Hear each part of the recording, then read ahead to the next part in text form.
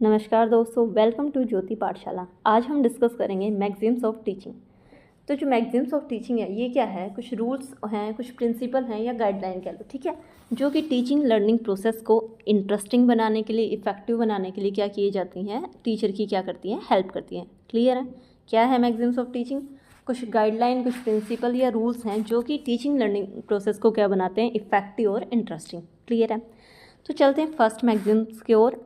First है from known to unknown. ठीक है, तो एक टीचर है, उसको क्या करना चाहिए, हमेशा बच्चे की पहले क्या करना चाहिए, प्रीवियस नॉलेज को से लेकर अननोन नॉलेज को क्या करवाना चाहिए, एक्सप्लोर करवाना चाहिए। ठीक है, देखो अगर टीचर क्या करे, आए क्लास में आते ही क्या करे, बच्चे को अननोन चीज़ों के बारे में या जो नॉलेज उसके पास है ही नहीं, ठीक है, उसके बारे में बताना शुरू करे तो क्या नहीं होगा, बच्चे को कुछ समझ नहीं आएगा। ठीक है, इसलिए हमेशा टीचर को कैसे प्रोसीड करना चाहिए कि पहले क्या करे, जो भी एग्जिस्टिंग नॉलेज है उसके बारे में बताए और उसी एग्जिस्टिंग नॉलेज से क्या करें, नई नॉलेज को क्या करवाए, न्यू नॉलेज को एक्सप्लोर करवाए। ठीक है, तो ये इससे क्या होगा कि जो टीचिंग लर्निंग प्रोसेस है वो क्या हो जाएगा, इफेक्टिव। क्लियर है? फर्स्ट मैगजीम था फ्रॉम नोन टू अननोन। ठीक है, सेकंड है फ्रॉम कंक्रीट टू एब्स्ट्रैक्ट। ठीक है, देखो कंक्रीट क्या होती है, मूर्त चीज़ें, यानी कि जो भी रियल ऑब्जेक्ट्स आपको दिख रहे हैं वो क्या है, कंक्रीट।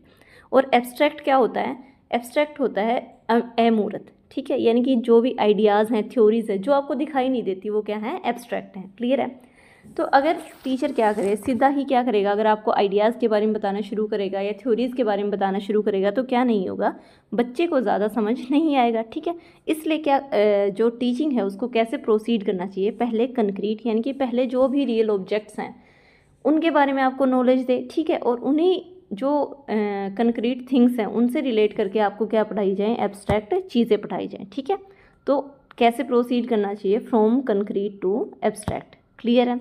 नेक्स्ट है फ्रॉम सिंपल टू कॉम्प्लेक्स।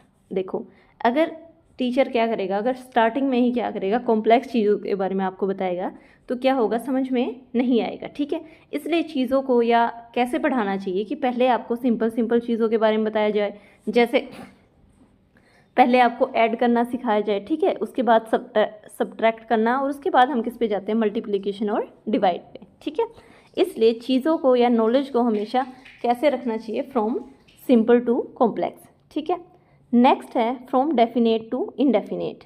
ठीक है, देखो डेफिनेट चीज़ें क्या होती हैं, जो भी टेस्ट की गई चीज़ें ना उनको क्या बोलते हैं, डेफिनेट, यानी कि निश्चित चीज़ें। ठीक है, तो जो निश्चित है उस पर क्या करते हैं, हर कोई क्या करता है, जल्दी भरोसा करता है। ठीक है, इसलिए जो टीचिंग है कैसे होनी चाहिए, फ्रॉम डेफिनेट टू इनडेफिनेट, यानी कि पहले आपको जो भी टेस्टेड थ्योरीज कह लो